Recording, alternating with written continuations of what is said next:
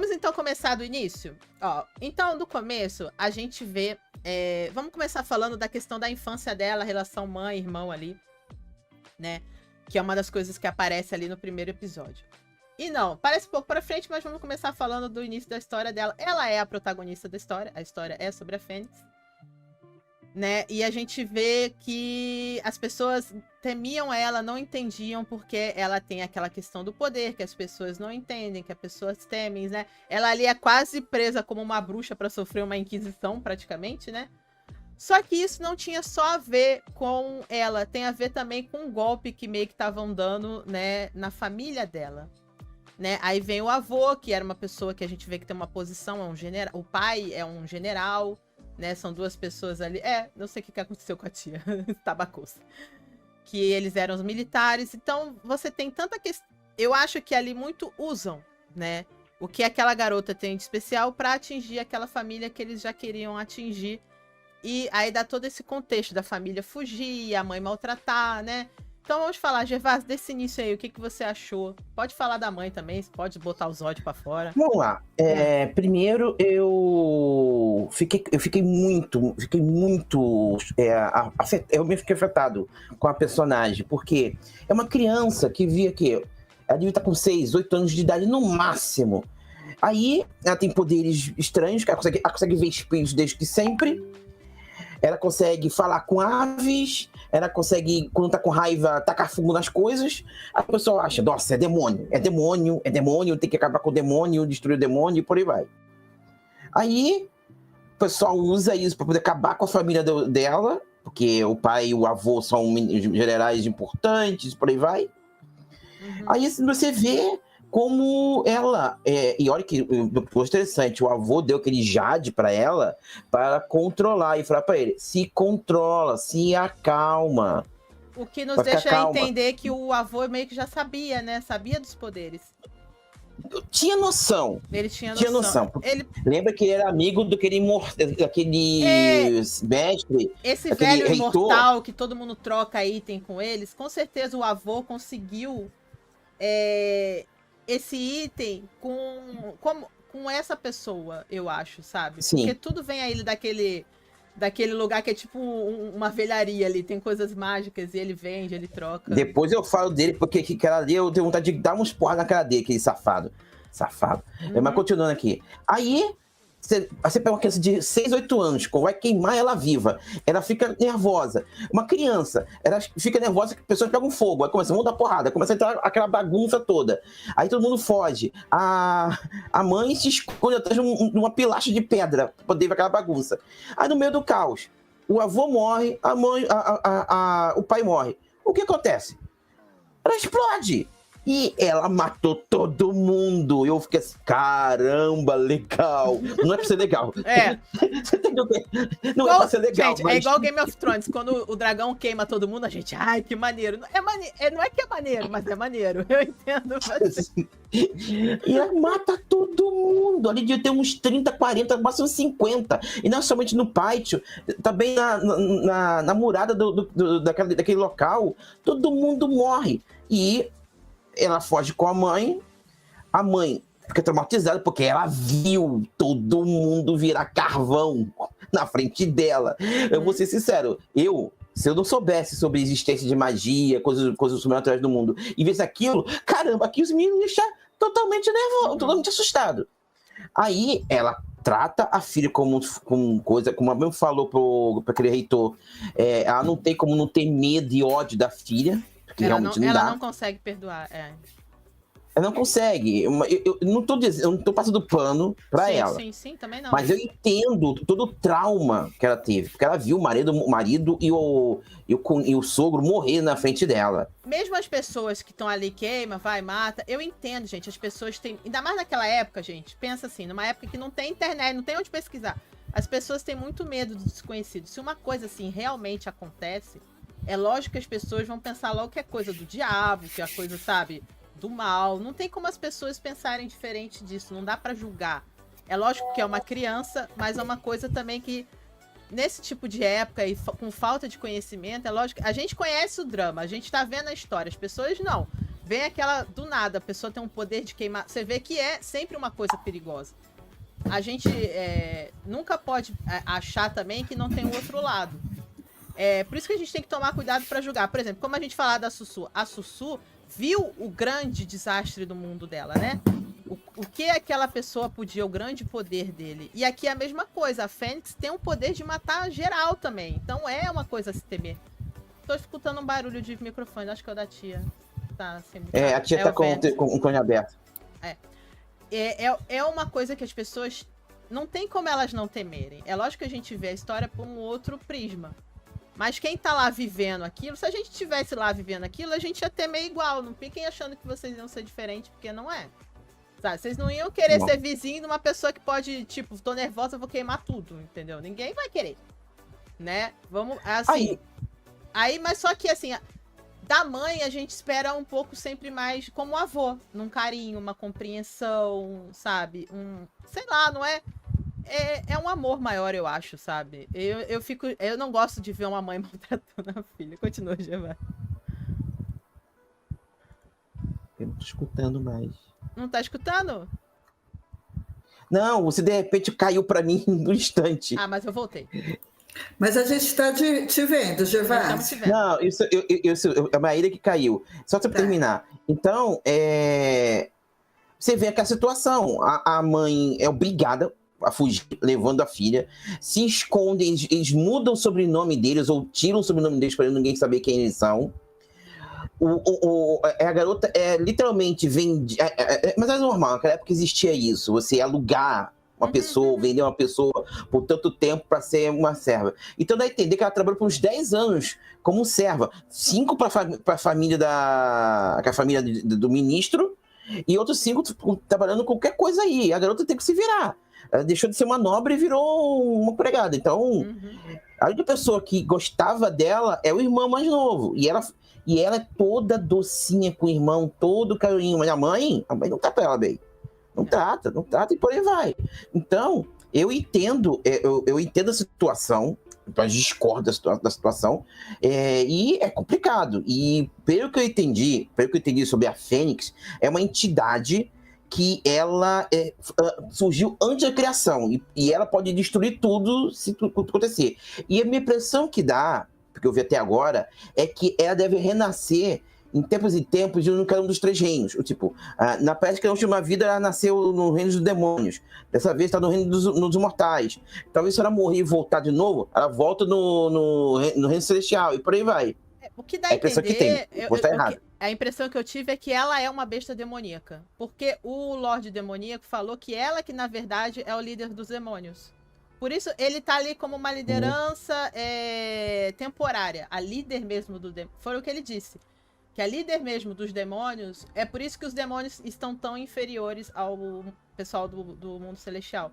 Porque eles estão sem o verdadeiro líder dela, que seria... Ele é o Tantajin, gente. Ela é como se... Só que lá a gente chama ele de Deus Demoníaco, ele é o líder dos demônios. Aqui ela é a entidade Fênix, que é uma entidade, uma besta demoníaca, vamos dizer assim. Né? E é por isso que o pessoal do Celestial tem tantas...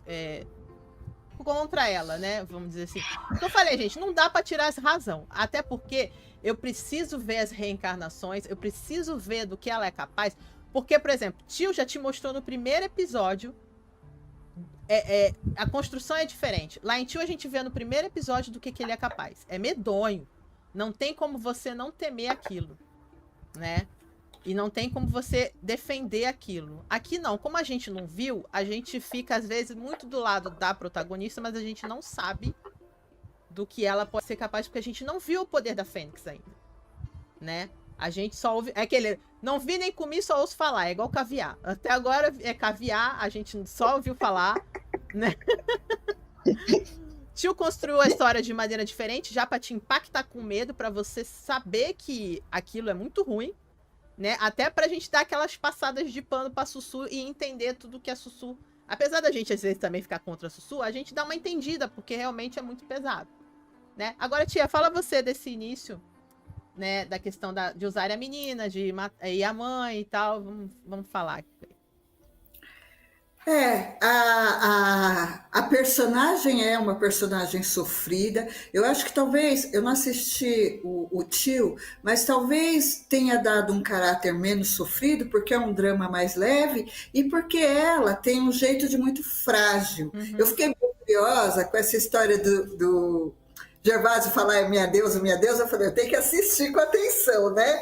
Porque eu já tinha visto essa atriz lá no A Lenda de Unxi, né? Eu não tinha assistido inteiro. E essa história de ela que canta a trilha sonora, eu fiquei impressionada, ela canta muito bonito mesmo. Ela é muito bonitinha cantando. Ela é muito bonitinha cantando, né? Mas ela é... Além de toda essa história sofrida, pegaram uma atriz que tem um aspecto muito frágil, né? No caso do Tantagin também, ele tem um aspecto muito... Eu assisti só os 4 primeiros. Então. Nosso pobre Luiushi. Pois é, e aquela maquiagem lá nos 4 episódios, nossa, muito frágil, né? Sofrido. A Jojo Lee também é muito magrinha. Ela é muito magrinha. Ela nem precisa da make para parecer sofrida. Ele ainda colocaram. É verdade. Então eles colocaram isso, mas de uma maneira mais leve, pelo jeito, em relação a Tio. Sim, é bem mais leve. Mas pega essa questão da mãe, né? Pega essa questão da mãe. Pega também, ela tem isso, quando ela entra na escola, o mestre, porque até lá ele não deu sol para os alunos, né? Ele tem um ar de compassividade para ela, né? Ele tem uma ação compassiva com ela, né? E é muito bonitinho também ver a relação dela com o irmãozinho. Acho que a relação que mais me toca da família dela é com o irmão. Isso. E fora isso, me impressionou muito no começo as cores muito vivas, né? Os azuis muito azul. As roupas são bem coloridas, é tudo muito colorido. Um colorido vivo, não é aquela coisa suave. É etéreo, mas não é uma cor viva, né? Então isso foi uma coisa que chamou a atenção. O único drama assim de fantasia que eu lembro que as cores são bem vivas e eu lembro disso de falar é The Blue Whisper. The Blue Whisper, por mais que seja um drama de fantasia, as cores muito vermelhas, as cores são muito vivas. O pessoal usa preto. Geralmente em fantasia, não, a gente só vê aquelas cores leves, mais assim. Aqui não, você vê bastante cor forte, mesmo no pessoal que até nos celestiais eles vestem preto, o que é meio raro. O próprio Deus Sol veste roupa preta. O próprio o imperador celestial por aí passeando de roupa preta. Eu falei, gente, isso é novidade pra mim, porque geralmente... Só algum comentáriozinho sobre o Whispers. Cada tipo de ser ali tinha um estilo de roupa diferente. Sim. Eu adorava o das raposas, porque misturava couro com pelo, pelagem e um tom azul que lembra gelo, e eu adorava aquilo. É maravilhoso. Sim. Solange, quer falar aí do início da nossa... E a garotinha que colocaram pra fazer ela, uma graça, né? Ela pequena. Fez muito bem a cena também. Bonitinho. Eu vou panfletar o drama dela que tem na Netflix, que é A Lenda do Mestre Chinês, que pra mim é um dos melhores. Eu gosto da Lenda do Mestre Chinês, apesar de ser mais famoso. E vocês, quando forem assistir, eu já tô pondo o pessoal para assistir, assistam o final, porque ela canta aquela Oxi, que é uma das mais lindas dos dramas, né, Gervásia? Ela cantando aquela Oxi é divino. Eu acho que ninguém entendeu porque eu chamo ela de Deus. Eu vou explicar logo para todo mundo saber. Então, aprendam isso, gente do chat. Escuta bem. Eu só entrei nos dramas chineses porque eu tinha um preconceito. Eu tinha preconceito com o drama chinês por ser gigantesco. Sei por causa desse drama. O drama na Netflix está com uma lenda do mestre chinês, mas depois eu explico por essa bodega de coisa. Em inglês, chama A Legend of White Snake. Foi o primeiro drama que eu vi dela. O primeiro drama de ser drama foi esse drama. E eu vi. E quando eu vi, eu me apaixonei pelo drama e pela atriz. Ela é muito linda, canta maravilhosamente bem, e é uma atriz muito boa. Então não tem como eu não me apaixonar. Eu me apaixonei. Então eu passo todos os planos possíveis. Eu faço tietagem, eu faço projetagem. Se ela candidatar à eleição, vou fazer campanha política de graça e por aí vai. Estou ajudando você a panfletar o drama dela. O amor. Então, Eu achei um drama bem desconstruído. Ele é bem. Esse que a gente está assistindo, Resiliência, é bem construído.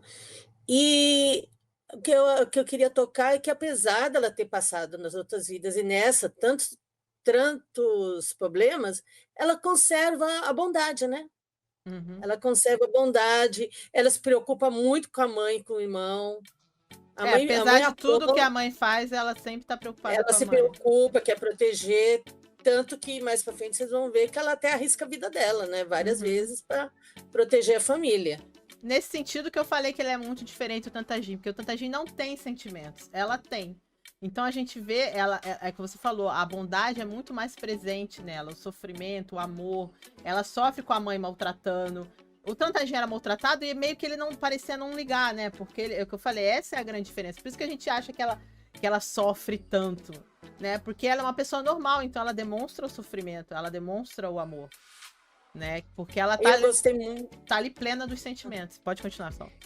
Eu gostei muito do Lobo, a gente vai falar mais pra frente, né? Deixa a gente chegar aí, calma. Eu já tô... Já tá pulando etapas, já quer ir pra... Já quer... falando dos meus personagens preferidos. Já quer ir pro... E panfletando também, o que tá acontecendo comigo com esse drama, eu acho que... Alguém no grupo, alguém deve ter assistido, é o Soo-Yu, que ele fazia o protagonista, só que o Soo-Yu é comédia. Então eu tô assistindo e aquilo ficou na minha mente. Eu tô assistindo, tô esperando o protagonista fazer graça. E ele tá todo sério, né, desses primeiros episódios. Então pra mim tá sendo meio estranho eu acostumar com essa postura dele. Às vezes eu acho. Porque na outra é bem cômico o Soo-Yu. E é com ele, né? Então... Aqui ele é todo... A gente acostuma, né, e marca. Então eu tô esperando. Cadê ele brincar? Não, tá bem sério. Esse Deus do Sol tá bem sério. Deixa eu aqui voltar para ler os comentários que vocês estão falando. Começando aqui pela Cat. Ela foi usada como desculpa para eliminar a família dela. Exatamente. É exatamente isso. Eu falei, embora realmente ela tinha aquele problema do poder, eu tô ouvindo alguém sem estar mutado, tá, gente? Cuidado aí. Embora eu realmente tenha o problema dela ser a Fênix, isso aí foi usado para eliminar a família dela, né? Tem toda essa jogada política por trás que a gente tá vendo ali, né? Do ministro, né? A gente já viu que ele é gente ruim, não sei o que ele tá querendo, porque é o trono, ele pode ser rei, alguma coisa, quer controlar, o que ele quer, né? A gente dá... É que eu falei, a gente tá no início, ainda tem muitas pontas soltas. É o que eu falei, é igual caviar. A gente só fica ouvindo falar e a gente não sabe realmente as verdadeiras motivações. Do ministro, do imperador celestial, a que veio a imperatriz, aquele irmão dele é meio também nada com coisa nenhuma. A gente ainda não sabe muito bem o que os personagens querem, né? Alessandra, pois é, a garota foi pega pra Cristo. Fátima... Eu só assisto as lives depois que eu assisto o drama por completo, porque dá medo de saber o final da história antes do tempo. Ok. Quando a gente tá no meio ainda, não tem como a gente dar spoiler do final, né? Eudésia, poxa, ela foi vítima do complô. O avô e o pai não conseguiu proteger e a mãe com ódio da criança. Que desgraça. Né? É o cúmulo da desgraça, né? A pessoa já sofre tudo aquilo. Assim, por mais que eu compreenda a mãe, é que eu falei, pra mim é muito triste ver, né, o ódio com que ela trata a filha. Eu entendo, ela perdeu... Porque, assim, ela não sabe, na verdade. Ela não perdeu tudo por causa daquela criança. A criança foi usada por um golpe. E ela só tá começando a perceber isso agora, né? Quando ela é salva lá pelo Milan, né? Quando ela volta lá pra cidade dela. Ela tá vendo que é um complô maior. Porque na cabeça dela, tudo aquilo só tinha acontecido por causa da filha. E, na verdade, não. Né? A filha foi usada de bode expiatório mesmo, né? Cat, agora uma coisa está claro desde o início, foi tudo uma conspiração do ministro para conquistar o poder e ele não vai parar. Exatamente, a gente já viu que ele é ali, no mundo humano, um vilãozão, né, da história. Ainda se juntou lá com a pavoa do mal, né? Gente, é engraçado, eu no primeiro episódio eu falei, essa aqui vai dar mais ranço do que a novinha, e era dito e feito. Essa coisa de ser boazinha já não me convence mais, já não me engana. Não caio mais nessa, não.